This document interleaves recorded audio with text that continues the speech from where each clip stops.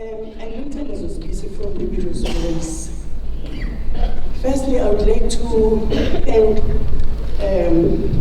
my comrade Yotso for the love, for the caring of the widows. He found us when we were in a very predicament situation, just because of the force that we're experiencing. We decided to just leave uninvited to Cape Town, not knowing where to go, where to sleep, because we've tried everything to voice our grievances as widows, especially for us who are employed, having salaries, and also receiving the widow's pension. Because according to the government, they say we are the richest because we are earning 2 salaries. What they did is that they put these 2 monies together. Immediately they've done that, the tax bracket hikes. As I'm just an ordinary post-level 1 educator, I find it very difficult to make ends meet. For instance, this widow's pension that they say it's a second income. It is as little as 3,000 rand, and it varies. Just to give you a clear picture, my husband passed on in 2000.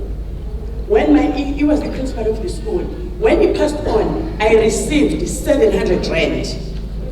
And that 700 rand was put together with my salary.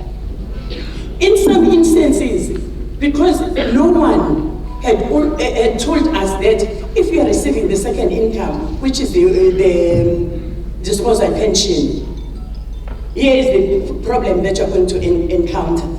They just leave you. You just see at the end of the month when you don't get your salary, when they are telling you that you are owing this amount, for not knowing, for not timing you before that as you are receiving this second income, here are the things that is going to happen to you. And this thing has been happening for a long time until I still remember that was 2006. It was the end of the month. I didn't get my salary. They say that it's just because we owe this a large amount. By that time, it was 42,000. Yeah. Then I decided now to went to SARS and asked for clarification. I still remember the lady that I found there, that was the white lady. She told me that go and ask Mandela about this. Because I was crying, because I didn't know what to do. And my children, I'm the mother of 4 kids, and they were in boarding school, there was no income altogether. Then this thing worked me out. How did she ask me, she told me that I must tell Mandela. I've never met Mandela, I know nothing about it. Then, as the years went by, I realized that what they were telling me is that after 1994, when our government of the day promised that he was there for the people to redress the past imbalances, it was a mere lie. Instead, they penalized us with the Act 58 of 1962. Because now these promises which they've said, which they've told us that they were coming to redress the past imbalances, it means that they were going to redress the imbalances that affect them, not the nation. And it was so painful. And we've been fighting this battle as from then up to this point in time. I've been in Parliament for several times, and no one is prepared to address our issue. And in 20, if I'm not mistaken, it was in 2018. In 2018, We invited also the ladies from Eastern Cape. Then we went to Pretoria, where we were going to meet Tito Mboweni as the Minister of Finance. Unfortunately, we knew that he was in the building, but he said that no, he's not there. And the Chief of Staff was the one who received us. And we tabled our grievances. And the people were there. There was, by that time, there was, it was 2019. Yes, it was 2019, whereby we meet Mr. Filion, Mr. Yanga, Mr. Mambalambete, Nomthandazo and Maskulele Klasa. Then we presented our grievances. Then they told us that, you know what, immediately you leave this building, we are going to debate your issue. And it wasn't from the first time, because we've started to attend the parliament in as early as 2015. Up to this point in time, when we were there in March 2, 2023. And for that, I thank our comrade who was there, and already the doors were closed. They didn't want to see our faces. And he kept on pushing that, you know, guys, you must go there. Keep on pushing. You mustn't just retaliate for this thing. Because this thing, it's killing us. And most of the widows, good people, are dead. A friend of mine, we discussed this SARS issue. That was Vuyo, she's living in Umtata. We discussed it then until 11, he was crying that he's owing SARS a sum of 245,000. Then I told her that, you know what, as you say so, I'm just close to you, because I'm owing 200,000. I don't know where should I fork that amount of money. Then that was the end of the story. Then she slept. She didn't wake up in the morning. And she wasn't for the first time. Many widows, they died. Because we do have stress.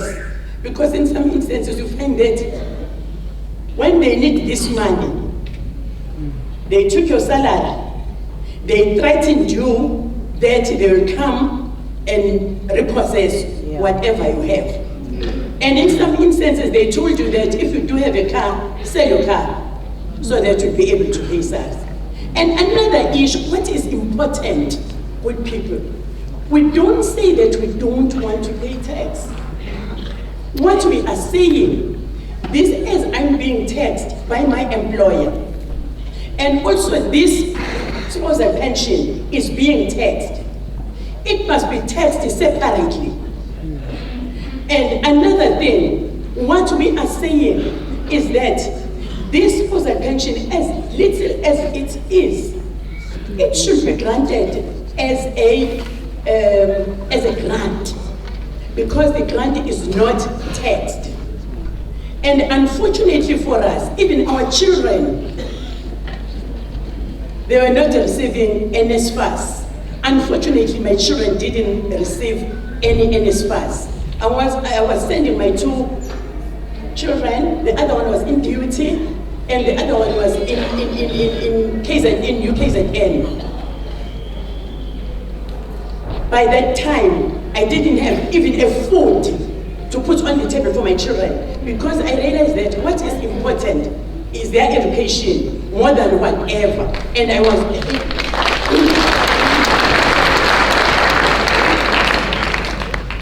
I was a laughing stock at work, because I didn't have anything. I was walking next to my shoes. I was no longer wearing shoes. If I'm trying to explain that even my shoes, they do not have a heel.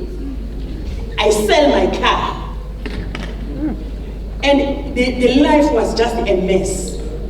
There were times whereby I said to myself, let me commit suicide so that I won't see what is happening in front of me. Because my children were asking, Ma, what happened to our dad's money? Then I told them that, you know what, here is my salary. I was forced to show them my pay slip.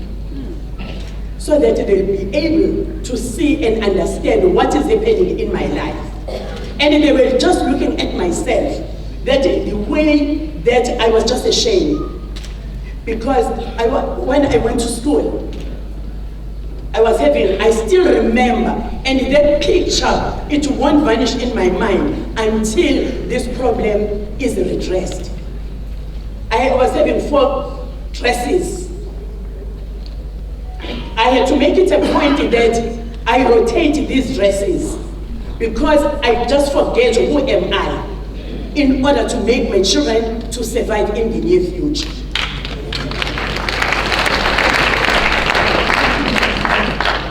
And today, with people, my heart is very sore because now we are moving forward, and I'm praying to Almighty God that we need people just like our comrade.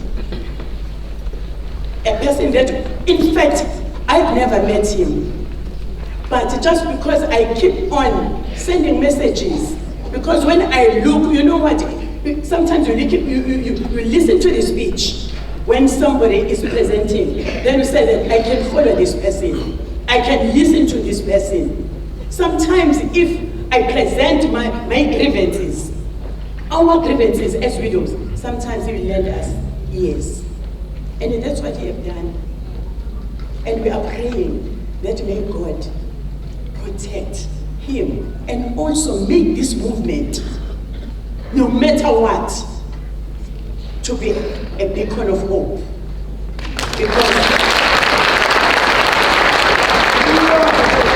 Because we have seen that they are caring.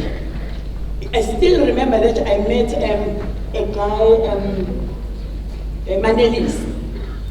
Manelis is the one that at one stage, also, when we started in Parliament, we were so hungry.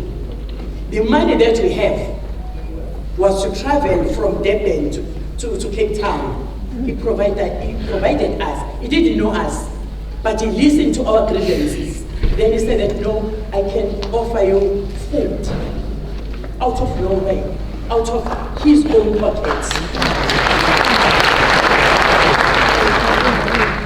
And good people, as widows, we are facing a very, very painful situation. At the moment, I'm just retired. They took their money before I was taxed. 3 months down the line, they sent a letter to me that we've made a mistake. We didn't count 2016, 2014, and 2020. So it means that you owe us. We didn't submit, and we were failed to pick up that we didn't count those years. Now you owe us hundreds, and currently, as I'm sitting here, I'm in pension, I don't have even a cent. You owe us 135,000. Then I told them that I don't have it. Even at this point in time, on the 2nd of March, 2023, I was in Cape Town, then in a standing committee on finance. I told Mr. Karim and also the panel who were there that I don't have that money. As widows, the money was transferred from GPF to SARS. And if you have made a mistake, it is your own mistake, and I'm not accountable for that.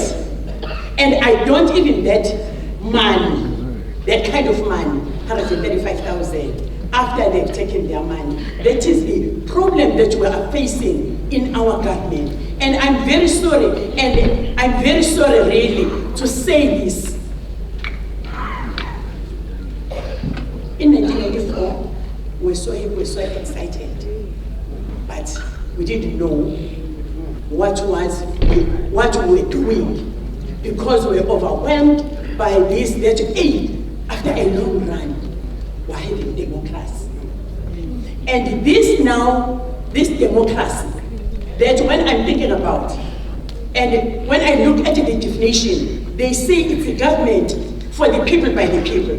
But now, I think it's way around. It is an autocratic government.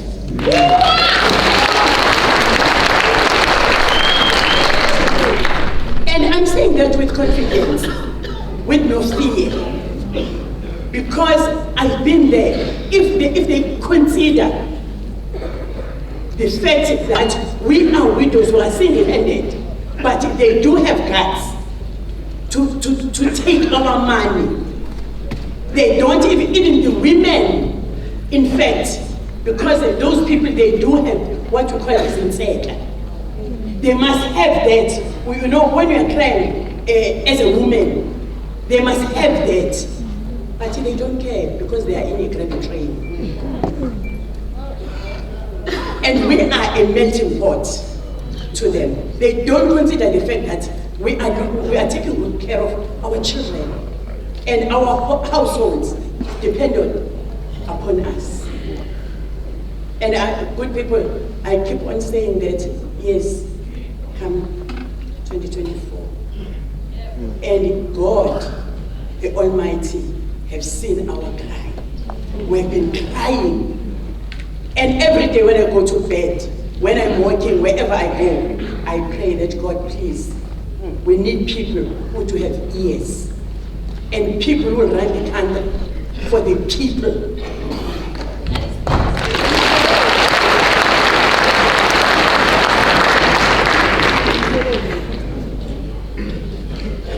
To sum up, this widows issue, I can talk till tomorrow.